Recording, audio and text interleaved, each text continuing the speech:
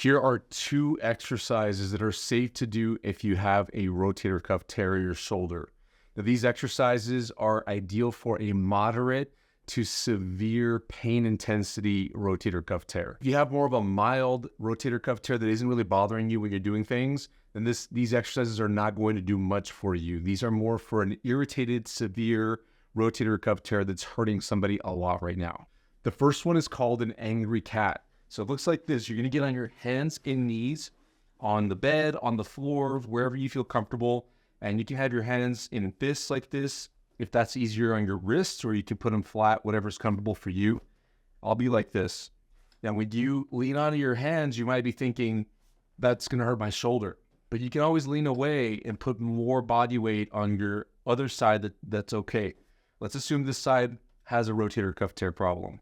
So what I'm going to do is put about 90% of my weight over to the left and just 10% of the right. And I'm going to gradually lean on until I feel comfortable putting 50-50, equal weight through each hand. Then what you're going to do from here is push your back up towards the ceiling like this and hold it there for 5 to 10 seconds. And after 5 to 10 seconds, you're going to relax just slightly. What you don't want to do is sink down all the way like this, because it can hurt your shoulder to do that. What you're doing when you push all the way up like that, holding for 5 to 10 seconds, is you're pushing the socket part that connects to the ball and socket joint forward like this, towards the floor of the table. And what that does is it pushes the ball into the socket, and it actually takes tension or pressure off the rotator cuff tendons. So where it's torn, you actually put some slack on there rather than continue to tension it and potentially make the tendon tear worse. So as long as you're pushing up like that, you're helping out your tendon. Hold it for 5 to 10 seconds because you're going to be using your muscles, your chest muscles mainly. You might feel a stretch in your back area. That's just fine, but it's doing good stuff for your rotator cuff tendon and the ball and socket joint. The actual joint itself is being helped out this way. After you do about 30 reps, you can take a break. And what I recommend is doing anywhere from 20 to 30 or even more reps per day, as long as it's benefiting you. The more time, theoretically, that you can take tension off the rotator cuff tendon, then the better off your tendon's going to be. You're going to start to calm it down from that severe state into a moderate and maybe even a mild state where you can do more stuff. The second exercise is called the golden cat. We're on a cat theme here. So the first one is called the angry cat. This one's called the golden cat. And the reason for it is because it reminds me of the little golden cat that you see in some restaurants, and it's constantly waving like this, because that's the motion that you're going to be doing. So you're going to lie on your back somewhere, put a pillow under your elbow and your upper arm, and you want your shoulder at about 90 degrees and then your elbow bent at 90 degrees with your hand pointing up toward the ceiling. Then from here, what you're going to be doing is letting your arm slowly and controlled fall this way, and then going the opposite direction this way. And you're not forcing this, and this shouldn't be very tiring at all, and it definitely should not be painful. But all you're doing is going within the range of motion that is painless and feels comfortable, and then repeating back the other way. And you're going to do this for about 2 minutes. So you're going to set a timer or look at the clock on the wall, whatever you want to do to track 2 minutes, and just gently move back and forth. There's no specific pace. The point of this exercise is to get the ball to rotate right in the center of the socket, and for you to be using your rotator cuff muscles primarily the way that they're intended to.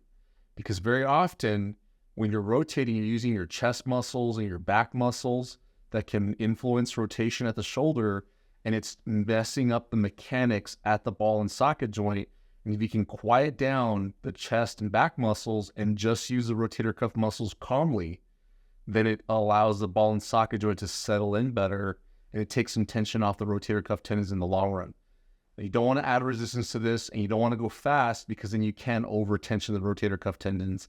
So just take your time back and forth like this for 2 minutes.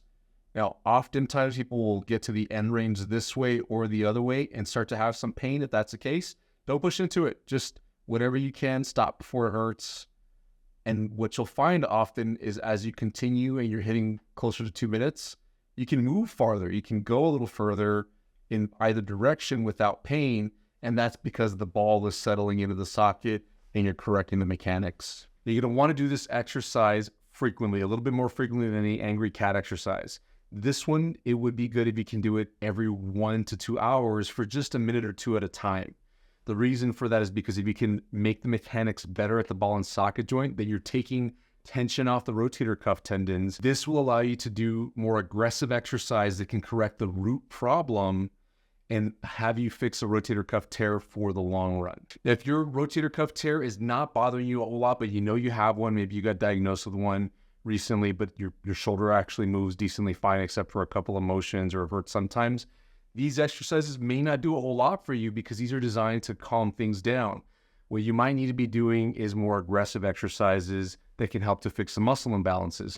Now, here on this YouTube channel, we talk all about what to do and how rotator cuff tears work, how to fix a root problem. You can learn more about it through our YouTube playlist here, the Rotator Cuff Help playlist. It's linked in the description below. Then I've got a program called the Rotator Cuff Tear Recovery Program. This is a comprehensive program. It's 100% online and on demand. You can watch it whenever you want as long as you have an internet connection. You can find a link for that down in the description below. And we put the whole treatment process that we take people through here in the clinic to heal their rotator cuff tear naturally so they can avoid surgery. We put that in this program. You can go check that out in the description below. Hey, try these exercises out. Let me know here in the comments if they work for you, if they calmed you down.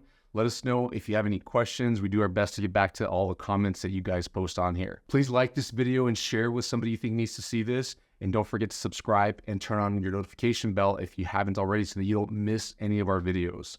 Thanks so much. I'll see you in the next video. Bye-bye.